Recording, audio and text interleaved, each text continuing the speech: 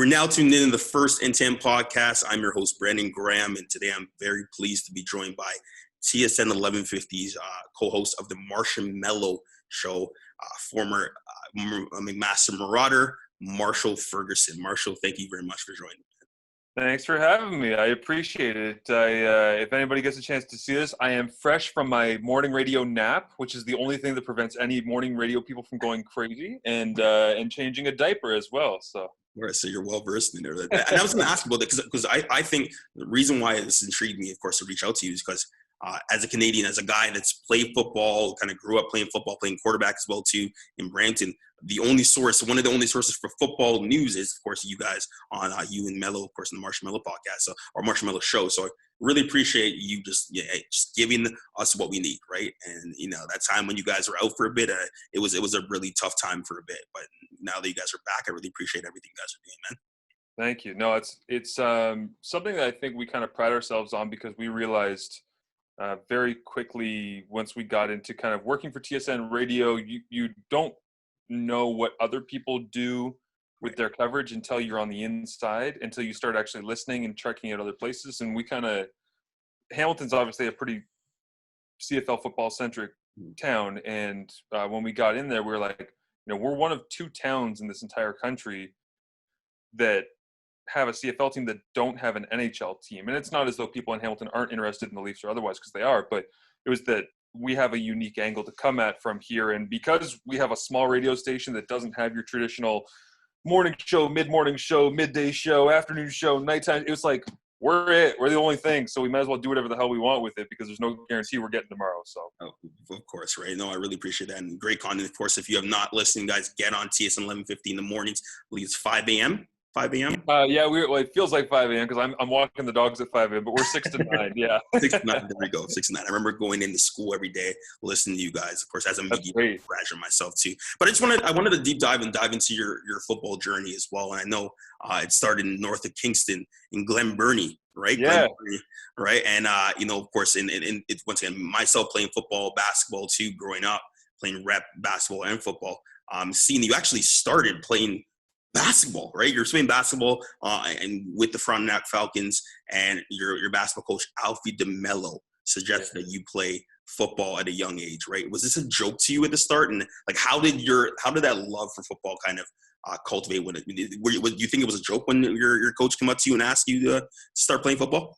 I think it's one of those things where when you're in high school, especially early on, grade 9, grade 10, you're really impressionable, right? Like those are really, really important moments that help kind of turn you into who you're going to be. And I always loved football. But I remember asking my parents, because I used to watch so much football, not even necessarily CFL, because again, that's one of the unfortunate things is that the marketing and the availability of games when I was a kid, it was like once in a while I would get a game from the CBC where it'd be Saturday afternoon, Sunday afternoon, but it wasn't like Thursday night football or Friday night football doubleheaders, or it was just Sunday at 1 p.m. I would constantly be watching. And the funny thing was we had, the bunny rabbit ears on the TV because I lived in the country north of Kingston, like you say, up there in little Glen Burnie. So when I was up there, it was like every single week it was Bills, Dolphins, Dolphins, Bills, Jets, Dolphins, Jets, Patriots, Patriots, Bills, Patriots, Dolphins. It was just like we were getting the same 4 matchups every single time. So I grew up on the AFC East, which also explains why I ended up liking Tom Brady so much growing up, because he was the only damn thing that mattered. Because in that division, if you were watching the Bills, the Dolphins, or the Jets for 20 years, you would want to hurt yourself if you didn't have the Patriots to watch. So, so I ended up being able to watch kind of that growing up. And so I always had a love for football, but I I was kind of scared of the idea of it, to be honest, because it seems so foreign to me. And it's just because the equipment and the amount of organization that it would take. And for me, like growing up in a small community, it was really simple. It was, get a ball, go play. Yeah. And the idea of you need 40, 50, 60 people, you need helmets, you need shoulder pads, you need travel, you need that. It just seems so foreign to me. And I remember some of my friends that I played youth basketball with playing in the Ontario Provincial Police League in Kingston, which is basically just this little house league that's designed for kids that are kind of grade 4, 5, 6. And I remember asking my parents if I could play, and my mom said no, because she's just like, it's in town, it's too much, travel for us to get in and out, it seems hectic, it's equipment, and all the reasons that most parents say, I don't know about football. And then I got to high school, I started playing, and in grade 9, the fall of grade 9, one of the things that was really interesting to me was I came in and I thought I was this hotshot basketball player. And thankfully, I came in with a group of guys that I had played Ontario Basketball Association with for the Kingston Run Rebels for about 3 or 4 years at that point. And we had done pretty well for ourselves. And we had actually gone to Frontenac Secondary School to tear stuff up. Like, that was the whole plan, was go there, play hoops, tear everything up, and then go play CIS at the time in university basketball. And when we get there in grade 9, we ended up, 4 of us, practicing with the women's basketball senior team at my high school that fall. Right. Okay. And they ended up kind of pairing us up and saying, like, you guys aren't doing anything this fall, but we want to keep you active and get you ready for your first season. So sure enough, we do. We come in, and in grade 9, our team's like 34-9, and we go to a bunch of tournaments around the Toronto area. We do pretty well for ourselves for a team from Kingston, and we just kind of kept like growing and developing and growing and developing. And at some point, the thought came up of, we need to make you guys tougher. Right. And the best way they knew how was, we're not going to have you practice with the senior women's team anymore. We're not going to have you practice with the 11s and the 12 women. We're going to tell you to play football. And when they did, it was amazing, because of the 13 guys that basically got asked to go play football that fall, about 9 of them hated it, which was always funny to me to look back on. I remember you could literally look around the field and you could see where the basketball guys were, because there was, how football teams are so unique. There's such a different mishmash of personalities. Sure. And you would see, there's on this side of the field, you've got, the kids that never really wanted to play football, but they had nothing better to do. On this side of the field, you've got the football kids who have always wanted to play football, and they're the best, and they're the stars on the team. And then it was the basketball kids. And it was always just like this weird thing where there was like 7 dudes, and you'd look around in stretch lines, and all of them would be miserable. We would all hate it. We didn't want to be there, but we gutted it out and we fought through it. And in the end, I think about 7 or so of those guys ended up going on to play university football, not university basketball. Right. So I was not the only one. It was one of those things where if you're a multi-sport athlete and a door is kicked open for you and you take advantage of it, anything is possible. And that completely changed my life for the better. That's awesome. And I understand you wore number 93. And as a quarterback, I'm like, what? You wore number 93 when you first started? And, of course, Dave Regisgard cracked a rib and you got a chance to actually play quarterback. I know you asked your coach that you want to play quarterback initially, but didn't really know exactly like what it was. You always threw around with your dad and whatnot. But once you got that chance, all right, and you actually played, and you guys did really well in basketball. But I remember seeing and reading up that you in OVFL you played and you had like 20 interceptions. Oh yeah. Like that, right. So how did you bounce back from that? And of course, coach like Mark McGee, of course, came up to you, Coach Doyle in a sense, and just encouraged you to kind of play football in grade 11 and going forward. But after that OVFL season, I've done it too, and I've thrown a lot. I'm like so down on myself. How do you persevere and actually like kind of tell yourself, hey, I'm going to be better at this. Like, I'm going to get through this, right? Were those some dark times? It wasn't necessarily dark, because I think I came at it, and part of it's probably because my parents were fairly resilient people when it came to just shrugging and moving on to the next thing, is that I ended up throwing those 20 interceptions. But for me, the biggest victory in that entire season was being a starting quarterback. Like, I could have thrown 50 interceptions and I still would have finished that year and, have my chest out proud because I was a starting quarterback. Because for me growing up, as I say, you're watching Tom Brady and he's the leader of the team. And literally, I didn't start playing football until grade 10. I'm a tight end wearing 93 who gets spot duty in one game, as you say, because our starting quarterback cracked a rib. I sound like Tom Brady with Drew Bledsoe here, where I'm like, yeah, punctured lung for Drew Bledsoe. I come in and the rest of my career, no. But I ended up being able to basically come in, throw the ball 3 times, and I threw it 40, 50 yards in the air kind of thing. And that caught the senior coach's eyes. They said, do you want to come back in grade 11? I'm not even kidding you. I didn't jog once the summer between grade 10 and grade 11. I came out to the fall training camp for football at my high school in grade 11, and I ran the slowest 40 on the entire team, offensive line. 7? Yeah, like my body forgot how to run. It was insane. And it's one of those things where, again, I hadn't processed what being an athlete was yet. I was just a kid who liked the idea of something but didn't know the work that had to go into it yet. And so, again, in grade 11, I'm doing nothing. I'm a backup on the team and all the rest. And I thought for sure I'm never going to get a chance to start. And at my high school, there was a quarterback in front of me, Ryan Clark, who went on to play at Queens for a year or two as a backup. And so he was pretty good. We would go on to be at OFSA and all this. And I'm thinking as I'm going from my grade 11 to my grade 12 year, this might be the only chance I ever get to start, because I don't think I'm ever going to get a chance to start otherwise. So yeah, I go play Ontario Varsity Football League. I throw 20 interceptions in 8 games. We lose the first 2 weeks. I think we lost to McMaster Marauders by 50 something. The second week we lost to the Cumberland Panthers 64-8. It was, I mean, it's horrific. And I remember throwing like 5 picks in the Cumberland game, and 3 of them were pick sixes. But for me, it was almost like I was downloading how to suck in every single way. And then the rest of my life, I mean, certain situations, I'm sure I threw interceptions that were similar, but it was almost like, you're looking into the boundary and you see a corner who's staring you down and he's thinking about driving on a flat route. When I was in that summer where I threw the 20 interceptions, I would just throw it and it would get picked, and I go, I didn't know any better. Like I had no clue. Then the next time that I'm playing, it's in the fall with my high school team. I'm a grade 12. Ryan Clark had actually left to go to Queens, surprisingly, didn't come back for his 5th year. And so I ended up getting the chance to be able to be a starter in grade 12, which was the best thing. Mm-hmm. And I've seen a corner and I'm not sure whether I was going to drive. And it was kind of like, you see it and you go, wait a minute, I've seen this somewhere before. I threw an interception here, I'm pretty sure, in the summer on something similar. And so you learn from everything that you did. The mistakes that you make are the most important part of your journey, I think. And I made a lot of mistakes, which meant I had a lot of learning. And that was how I really got an appreciation for developing and being able to try and get better. And once you get that taste of being better, you just want to by learning all these things, it became this kind of insatiable obsession for me, where I just wanted to try and constantly figure it out bit by bit by bit every day. And I was surrounded with incredible athletes around me. Again, there was a guy, Simon Ryder Burbage for us, that was a linebacker who did everything, was a running back, linebacker, D-end, otherwise. One of my friends, my good friends still, Trent Winton, he played tight end at Queens University for a year or two. He's now an EMS and paramedic in Fort McMurray, Alberta. And I mean, he was 6'4", 220 in high school. So, I mean, I had guys all the way around. And one of the things I'm most proud of, I always think back to, was the idea of being able to play in my grade 12 year in an OFSA semifinal in Ottawa. And we end up going in and playing against St. Pete's. And we beat them. I don't know what the score was, but we beat them by 2 or 3 touchdowns.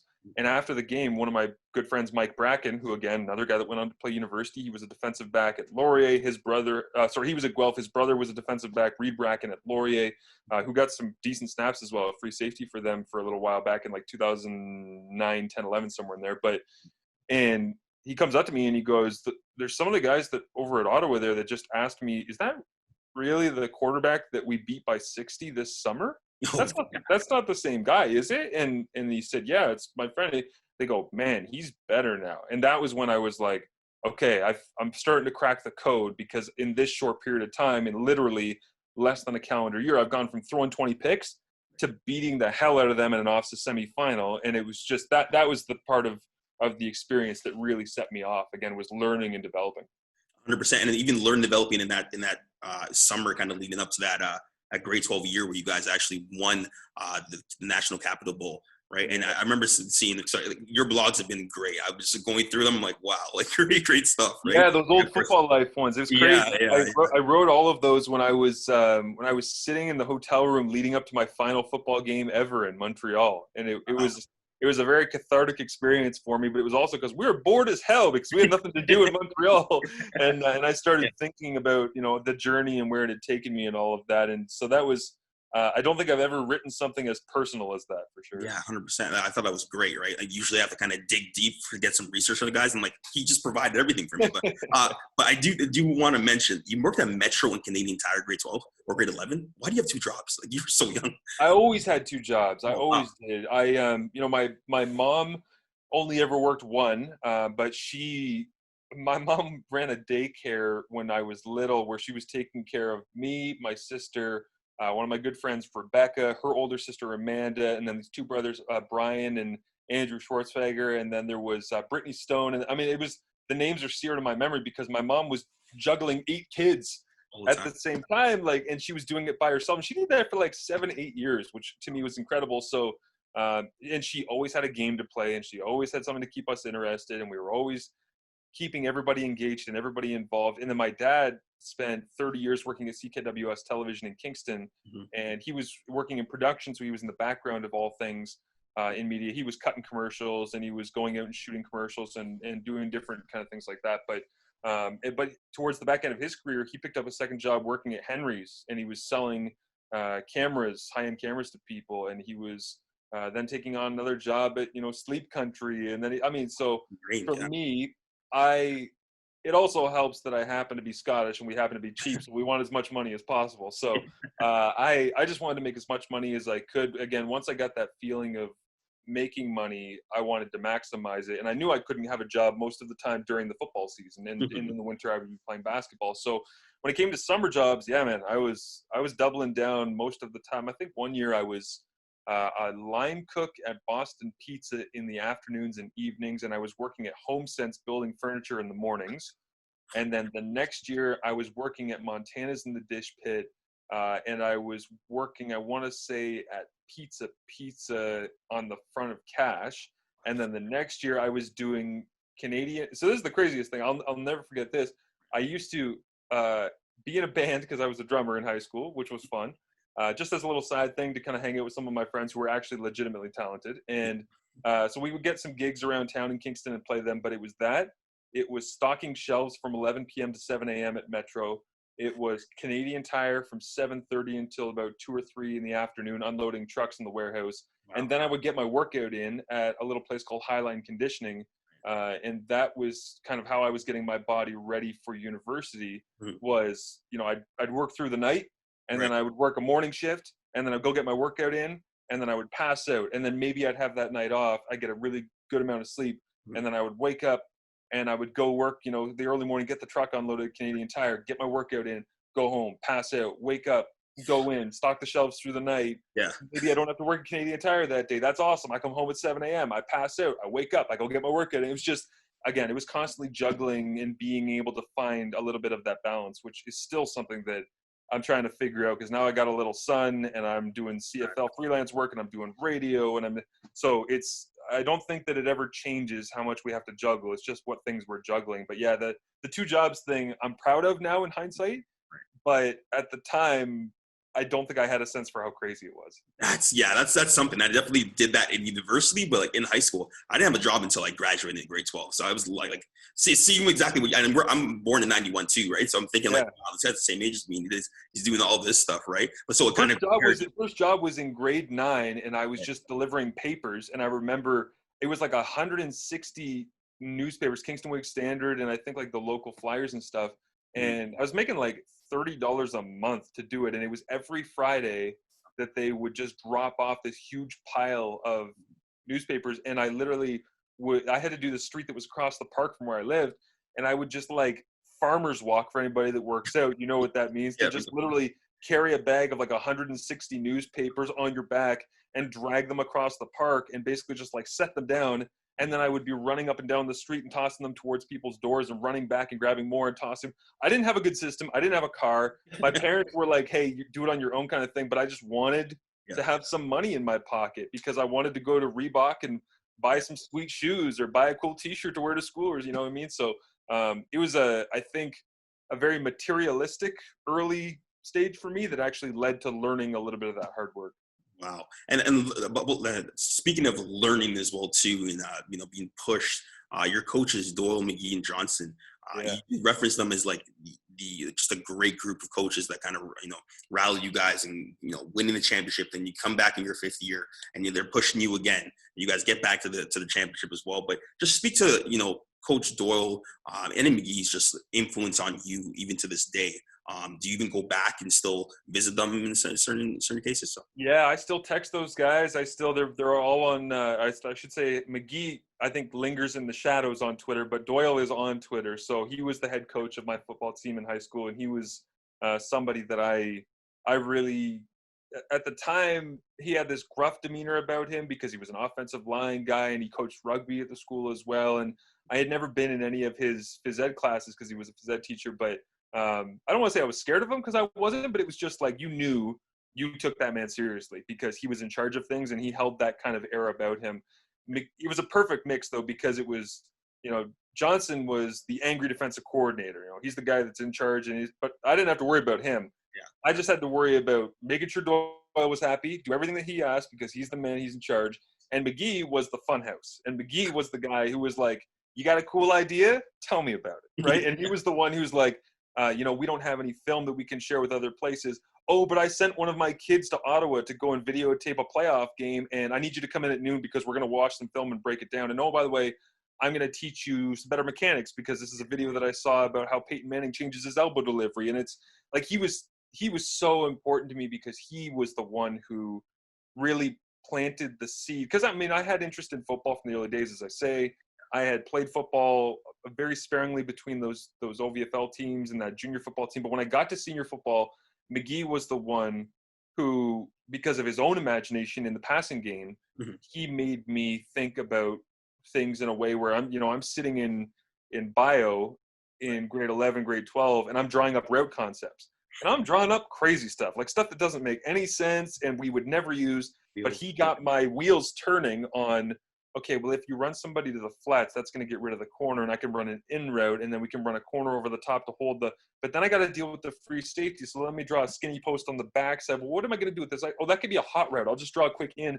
And it gave me all of these ideas of spacing and timing and feel. And at that point, I had no idea how to actually play quarterback. Like I thought I did in high school. You always in high school think, well, I know everything.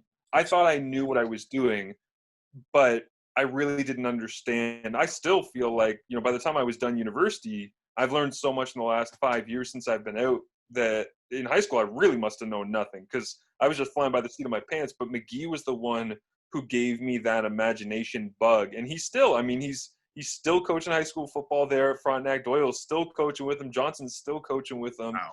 And those three guys, they do that for kids. There's a reason why, Adam Archibald was a great quarterback at McMaster. He came out from Frontenac as well, and he was coached by those guys. Rob Bagg, that played for a long time in the CFL, he was coached by those guys. Like the whole system is predicated on those guys being able to play the roles that I think that they figured out work very, very well. It's a great setup and a great coaching staff. So yeah, I got nothing but love for them. I still talk to them, and I miss them too. I miss seeing McGee because I don't get back to Kingston nearly enough now that I live down in Hamilton, and especially obviously during COVID times, I haven't been able to go back. And when I was there, you're not going to call them up and say, let's go for a beer. So I'm looking forward to we get that damn vaccine out, and all of a sudden I can go back to doing that. Yeah, that'll be awesome too. And it's funny you talk about your coaches like that. And when I started in grade 12 too, same year, like the coach now that we had, offensive coordinator, is the principal in the same district that I'm teaching in, right? So it's like wow. you still try to get it, still kind of try to keep in touch with that.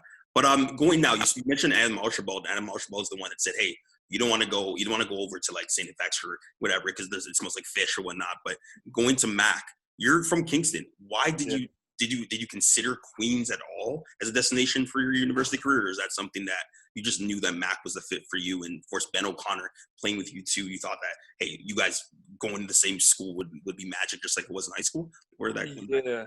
Yeah, for me, it was a combination of factors. First and foremost, Mac felt like home. It was weird. Like the number of people from my high school that would go to McMaster, guys, girls, athletes, students, it didn't matter. It was just, there's something about McMaster that, other than the colors, that made it really feel like home for a lot of people from my high school. And I felt that vibe very quickly too. The coaching staff at Mac was super important to me. I wanted a group that was young and was invigorated. And I think some of that came from being coached by McGee, where I was like, I don't want to have an offensive coordinator that I'm scared to talk to, or I don't want to have one that's not open-minded. And so John Behe was a great open mind for me and a guy that was always looking for ways to be better. And I loved that about him. So Steph Patacic is an amazing leader of men, but he was also somebody that I felt like he always had my best interests at play, and I never had any doubts. With Greg Marshall, all respect to him at Western, when he was recruiting me, I wasn't sure. The coaches at U of T, I wasn't sure. If something goes wrong here, if I tear an ACL, break a leg, are they going to give it to him? Like, I didn't really know. Pat Sheehan, the same thing at Queens. I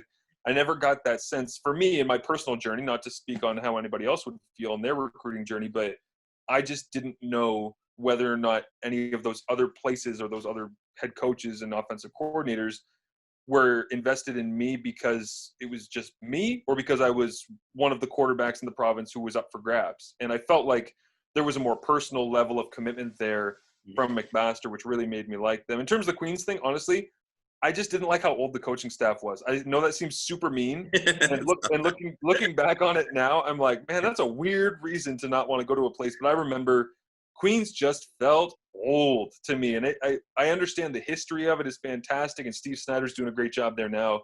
But for me, it was like, it's old-ass Richardson Stadium, it's old-ass coaching staff, it's old-ass offense. And I was like, I don't want to be a part of it. It had nothing to do with it even being in my hometown. It's just like, this just doesn't feel like me whatsoever. So Mac was the fit. Mac was the right place for me.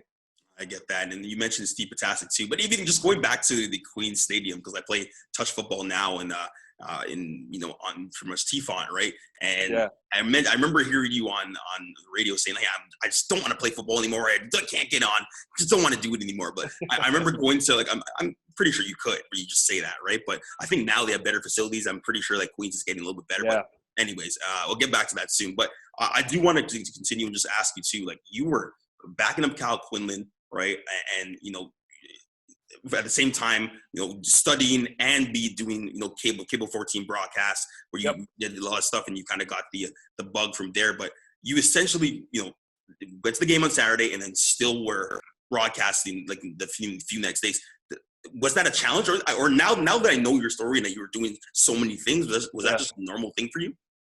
Yeah, it's that weird mentality for me of Boston Pizza in the evenings, go to bed, wake up, go into HomeSense, work in the warehouse by yourself, building lamps for 8 hours in solitary confinement, and then go home and get a nap and do it all again. Right? So the idea of getting to work multiple jobs, get to make money, get to make a name for myself, but get to do it in sports, it was that wasn't even work, honestly. And it's still how I feel today is that, sometimes things get hectic and you got to be at Ticats practice, and then you got to drive back up to the studio and record something with a guest, and then you got to get home and balance family life, and then in the morning you wake up at 5 a.m. and walk the dogs and get into the studio, and all of those things to me, that juggling act is something that I became so used to that to get a chance to do it felt like a privilege, not like a task. Of course, and speaking about your in 2012, 2013, now where you're actually playing, when Kyle Quinlan's gone, you guys win the Vanier Cup, come back. Do you feel prepared? Did you feel prepared the years before, even when you stepped in when he was down for a bit? But preparing under a guy like that, legend like that, did you feel like you were prepared to just step in at any point and lead this team? Of course, or do you think you still needed those years to kind of groom yourself for that year where you stepped in and played? I think you convince yourself at that point. Again, same idea. This is something that I find amazing right now, and you'll know this from being around high school kids, is that at every stage of youth sport development, which I still read books to this day, not just because I have a son now, but I still am intrigued by the idea of why was I convinced that in grade 10 I should have been the starting quarterback. I'd never played quarterback before. What in my right mind would make me think that I was the one for that job? Why did I think in grade 11 I was better than the grade 12 quarterback and I deserved the opportunity? He was clearly better than me at that point, and yet I was sitting around, and I wasn't sour about it, but it was just, I remember thinking, I could do this. This doesn't seem that hard. And then, going into university, and I'm watching university games in 2009 when I'm being recruited, and I'm watching Michael Fald's final game in the Yates Cup at Queens in 2009. And I'm thinking to myself, Michael, that guy's incredibly tough, but I can make throws like him. And it's no, you can't, Marshall. He's doing crazy things with it. Danny Brannigan's throwing, 55-yard deep posts over the middle. And I'm thinking to myself, I can do that. It's it was this irrational belief at every stage that I was worthy or better than everybody around me, which I don't know how I was able to do that without being a complete idiot. Maybe I was to people around me. Maybe my coaches and teachers behind my back were just get a load of this guy kind of thing. But I think for me, Kyle was just a person. And I got to know him as a really good friend, and I still am with him, to the point where I saw what made him magical, but I felt okay, I'm not going to be that, but I can do the job in my way, and we can be equally as special. And again, whether or not that's true, I don't know. But that was the way that I kind of valued judgment to myself, was to say, if I can't be that, and I can't out-athlete people, and I can't hurdle people, and I can't throw the ball as far, and well, then I just need to be super accurate, and I need to make sure that we're a high control efficiency offense, and then I'm making sure that I always have the right play call and I never make any tactical errors, and I'm always reading the defense properly. And again, those things I did not do perfectly, but that was how I said, hey, if I ever get told I have to start, that's going to be my plan of attack. And in 2011, when he got suspended for those 3 games in the middle of the season, that was the kind of idea that I had. And in my first ever start in CIS football at that point, I think I completed like 14 straight passes against Windsor on the road when we were matched up in nationally. And again, I was in a zone where I didn't even know that I was completing all of those passes. Well, why is that? It's because I had told myself since grade 10, when I was convinced I should have been starting on every team, that if I get in the game, I'm just going to make every throw possible. And you start stringing together throws, and all of a sudden you're getting a chance to put up some stats and win some games. And at that point you realize, okay, I can actually do this. And again, to bring it back to the Tom Brady thing, because he was a big influence for me when I was a kid, it's like you always hear the clip of him saying, I always told myself if I ever got the opportunity, I was never going to let it go. And I never processed that and told myself that, okay, that's my reality. I'm going to live like that. But looking back on it, it's very obvious that everything that he had in his life where he had said, you get an opportunity to take advantage of it, you never give the keys back. Right. Dude's 43 and he still hasn't given the keys back to a starting job in the NFL, right? So he clearly did a better job of it than I did, but I would say that it's a mentality more than anything else, that regardless of when Kyle was done playing, I knew I was going to be ready because I would find a way. 100%. And I wanted you to just before I get to one of my last questions, but your relationship with Ben O'Connor, especially from like, I remember him saying like, if you're going to throw that ball, this relationship's not going to be good. And getting to the point where you guys play, university ball together, and, you kind of stand right in front of him right before the anthem, when the anthem's going on and whatnot. But just speak about him. Like, did you find like, hey, you're back there and you need like a safety valve? Like, he was always the guy you're going to. Like, do you guys just have that innate relationship altogether? And just like speak about your relationship with Ben O'Connor throughout your football playing years. Yeah, Benny is he's one of the best people that I've ever been able, not even just to be a friend with, but just as a person, like just to cross paths with. He's one of those people that is so unique, and it's amazing because he lives 5 minutes away from me now. Like, he's literally, I live in Mount Hope, Ontario, out by the Hamilton Airport, and Benny just moved from Brantford to 5 minutes away from me, and I've never been so happy. I mean, again, we haven't seen each other a whole lot in the last couple of months, but the idea of him being closer to me made me super happy, because I have so much respect for Ben. For people that don't know the background on Ben O'Connor, he was a cross-country kid who had a mullet going into high school, and he wanted to play hockey. He was a hockey kid who happened to run.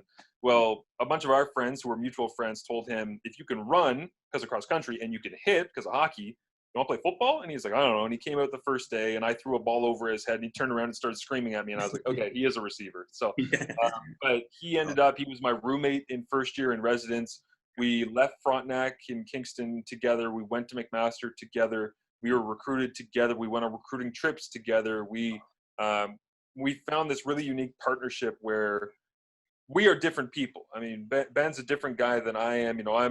I'm really, really laid back. Benny can be really fired up. Benny's this big, strong guy. I'm, this little skinny quarterback who, likes to go for runs and read books. And Ben's wants to play video games, and he wants to, I want to go out and hang out with people at an acoustic bar or lounge. Benny wants to go to the club. Like, we were so different, but we just had this understanding of each other where it was like, you do your thing, I'll do mine. And we just agreed with each other on the level of friends. And it didn't matter what we did. It was just, whatever you do, I'm going to support you. And I know that you've got my back too. So we went through all 5 years together.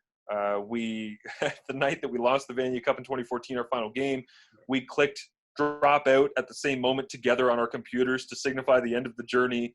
We drank a bottle of wine together that night in the hotel in Montreal. I mean, it was, everything about it has just been together on the same page and understanding. And he's one of the great people that I've been able to be around. And he was a hell of a receiver too, in the connection that I always felt to him too, that in hindsight, you always look back and you kind of laugh at these things, is that anybody that knows a basic generic 5-wide Canadian football offense, right? You've got 2 receivers into the boundary and 3 to the field. You got your wide receiver in your slot. You got your inside slot, your outside slot, and your wide receiver to the field. Wide receiver to the field is where coaches bury the slowest kid who can't do anything, right? And I hate to tell kids who play wide receiver in the field that, but you have been buried, okay? If you are a wide side corner, the coaches put you there because they are hiding you. They don't want to be able to have. They're exposed. Yeah, exactly. There's a reason why you're not the free safety. You're not the boundary corner. It's, hey, this is the spot for you out there. That's where you've been slotted. They put Benny at that wide side wide receiver, and yet he almost led our team in targets in the years that I was playing. And the reason for that was I always had an eye for him, and I trusted him more than anything. You know, we ran a play called Oakland that was basically just a 4 verts, where the inside slot is going in underneath the Sam linebacker, straighten up, cross the free safety's face. The outside slot back can do anything he wants from the hash to the numbers in terms of getting vertical and running a skinny. And then on the outside, Ben was running a fly, but he was running a fly and die, where if the corner falls off on that seam, he's just going to drift to the sideline. He would just break down, and he would just turn around and give me his numbers. But he would do it, 35 yards down the field all the way to the wide side. And Ben and I got on such a same page that at times I wasn't even looking for the seam to take the home run shot. I was just reading the corner. And the second the corner would even look at that seam and start to bail off of it, I would just throw the ball to the sideline. Yeah, like it was this trust factor that we had where he understood what I wanted to accomplish, and I always knew where he was going to be. And my favorite completion, I think, of my entire career playing football, high school, university, otherwise, was playing on the road at Western in 2014. Late in the fourth quarter, we're down by a couple of points, and I think it was a 2nd down and 8. We had run the ball on 1st down for a couple of yards, and we ran a running play that was basically like a zone read, where we had, instead of, with Quinlan, everything we ran was zone read, and if you pull it, you're running. Yeah. For me, I wasn't fast or athletic enough, so they said, if you pull it, we're going to put pass routes out there on the flats for you. And we ran it out of quads, right? So 4 receivers to the field, and Ben's the widest guy. So we're really talking about, there's a lot of moving pieces. There's a free safety. You've got linebacker, halfback, corner, and you've got 4 receivers. And I run the zone, DN bites down a little bit. And I pull the ball, I start running to the sideline. And the pass concept was basically, we've got a corner route to hold the deep. We've got a flat route. We've got this little hooky route, which is supposed to be the primary, where it's just as soon as the linebacker runs with the flat route, right in behind that, we curl a receiver and we dink it to him for a little 5-yard gain. But the 4th read, the final read, is Ben O'Connor on a 5-yard in route. Benny ran it to like 12 yards. I don't know why he did, because it was 2nd and 7 or whatever, but he ran it to 12 yards. I threw the ball. It's my favorite screenshot I think I've ever taken from my playing days. I threw the ball when Ben was still running up the field, hadn't even started to chop down, get out of his break. And I threw it with timing and with accuracy and a little bit of loft, just hoping and trusting that he would actually turn around and get out of his break. And by the time that the ball got there, Ben had gone da-da-da-da and broken out of his route and turned to the left. And just as he turned and snapped his head, it was on him, and he caught it perfectly in the right spot. And that, to me, that play summarizes everything about our friendship and our relationship on the football field. That's why I love it so much. Yeah, that's beautiful. That's awesome right there. And just to kind of close off what we had, I remember you saying that you did an internship program with the Calgary Stampeders, right? And you're under Dave Dickinson and John Hubnagel. You said you learned the most that you've ever learned about football through that program. You were just coached by Steve Potasic and, of course, all those guys in high school. Like, what exactly? Like, what? If there's one thing to say that you took away from that internship program, what was it? And how why would it be the most? How was it the most you've learned about football through that internship program? Like, how did you? If there's one thing, we don't know if you could. So the amount of knowledge that I say, I kind of downloaded from throwing those 20 interceptions, it was like a crash course in what football really is, because you think you know what football is when you're playing high school and university, and then you end up being able to go into a situation where, hey, it's great that you're here, but we're not going to baby you.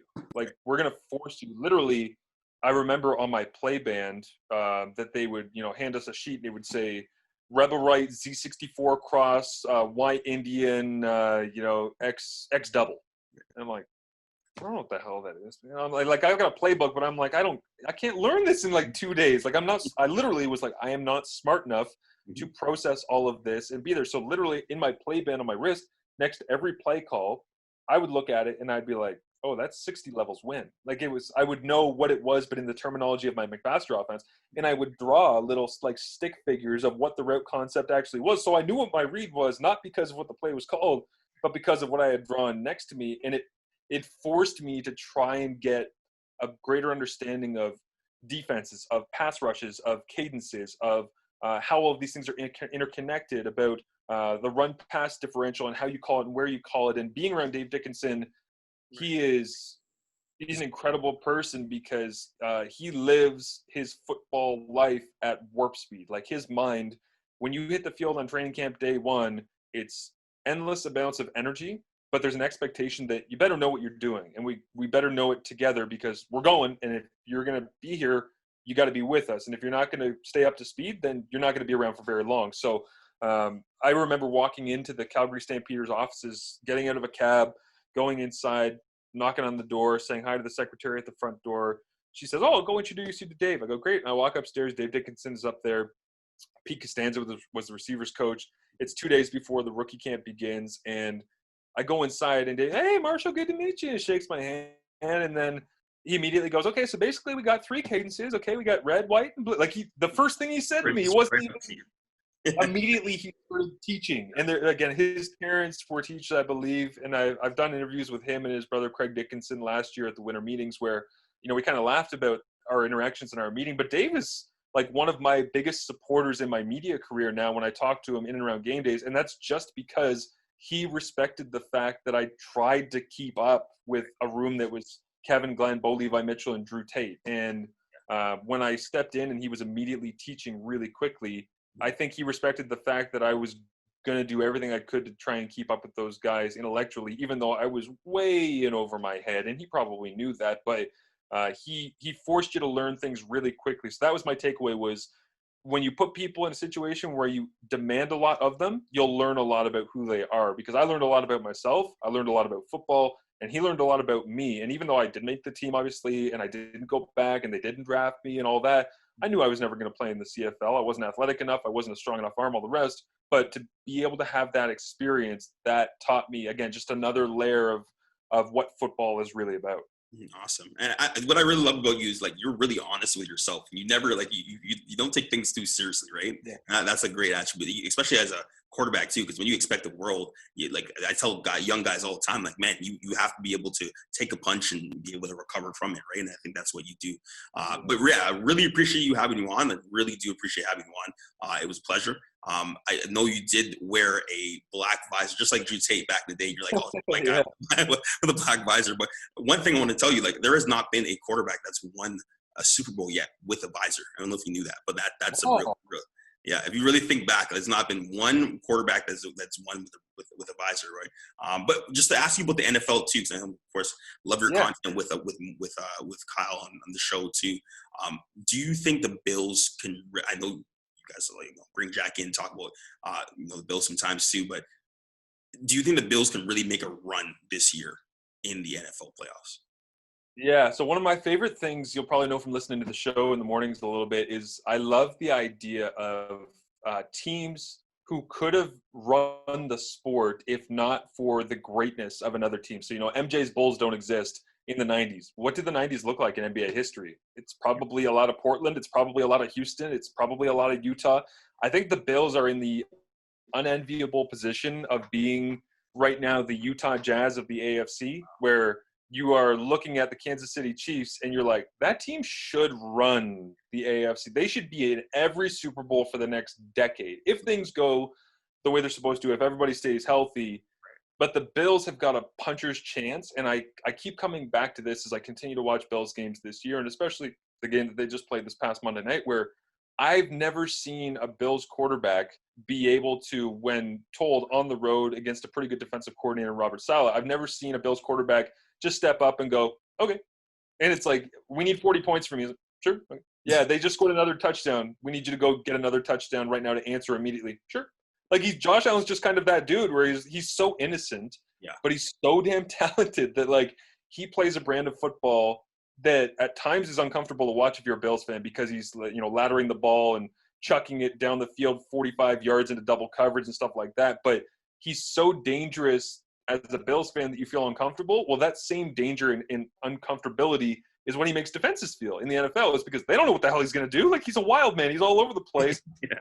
And he can get any throw on the field. So for me, there's only, I think, 2 teams that have a puncher's chance in the AFC. It's the Steelers and it's the Bills to be able to wrestle with the Chiefs. And that's why I think this Sunday night's going to be so fantastic with the Bills and the Steelers game on Sunday Night Football is, again, we get another opportunity to see whether or not Josh Allen, when he faces adversity and they're down 14 or they're in a back-and-forth shootout game, or even if they're up by 20 and the Steelers start to mount a comeback or something in the second half, whatever the game situation is, I want to see whether or not he basically defines the ideology of that team. And he has so far, and it's basically been, follow me, I'll lead you into the fire. And if he can carry that into the playoffs and they get into a game with the Chiefs, then it won't matter what the situation or the score is, because he'll just be like, hey, follow me. Let's go score some points. Let's go make some plays. So I think a lot of that comes from Sean McDermott as well with the Bills and their coaching staff, because they give him that confidence. Brian Daboll is a great play caller, but he also is just a dude. Like him and Josh Allen, just they get each other on a really, really good personal level. So,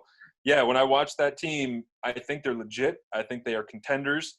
I think they have to go through the Chiefs, and they're going to have to win a really tough divisional game as well. I think they'll get a home wildcard game against somebody that they should beat up on decently, but then it's going to be divisional, and then it's going to be AFC Championship game, hopefully.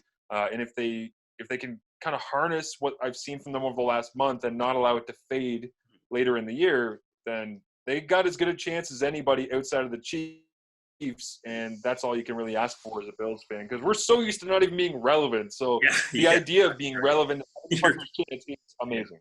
That's amazing. I know you always talk about the time you go to go to Orchard Park, and you're watching the Bills too. But last question too, because you're such a big Tom Brady fan.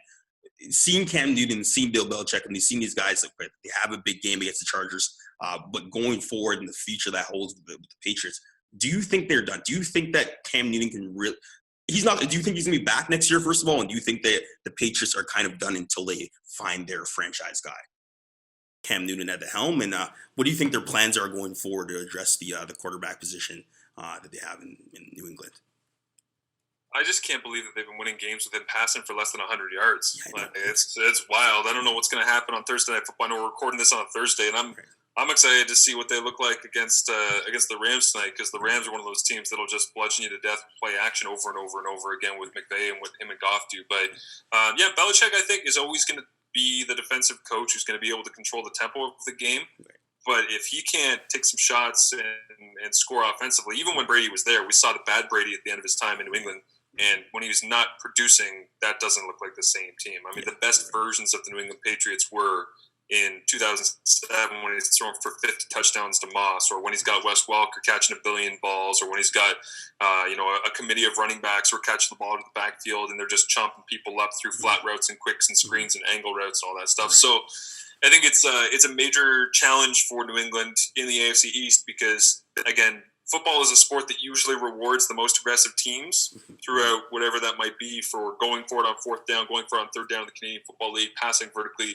The Bills are the most aggressive team in that division at this point, because Tua's basically a game manager early in his career. Yeah. So the Dolphins aren't there as of yet. The Jets are a train wreck, and the Patriots are a team that just wants to run like a 1920 style single wing, run the rock with your 500-pound quarterback right into the line of scrimmage. So I don't know what Josh McDaniels is going to do to change that. I don't know if he can.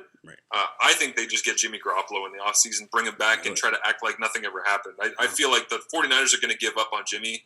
He's going to become available, and I feel like at some point New England's going to say, do we really want to do another year of this whole running quarterback thing into a pile of people every play and hope that it exists?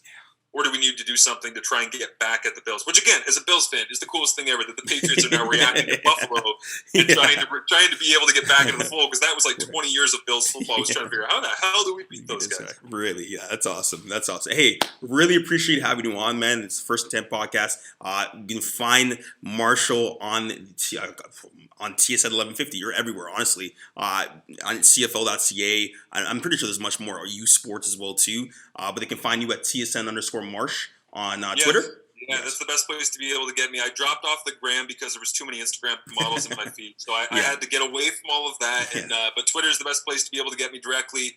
And thank you, Brandon. I appreciate it. It's a great podcast. You did your research, man. I always love when people do the research, because I know, as somebody who interviews people, I interviewed earlier this year Nathan Rourke, and when I was doing the same thing, Zooming with him and chatting about his life and upbringing and all the rest, we finished the interview, and he goes, man, you did your background on that. You really knew what you're – and people do appreciate it, because it does not happen enough. There's a heck of a lot of interviews on mainstream network television with, hey, person X, I don't know anything about you, but let's talk about things. So it's nice to be able to chat with somebody who knows their stuff. So thank you. It's a great podcast. No problem. Hey, really appreciate it. This is the First and 10 podcast. Keep balling. Awesome. So let me just pause it here and stop.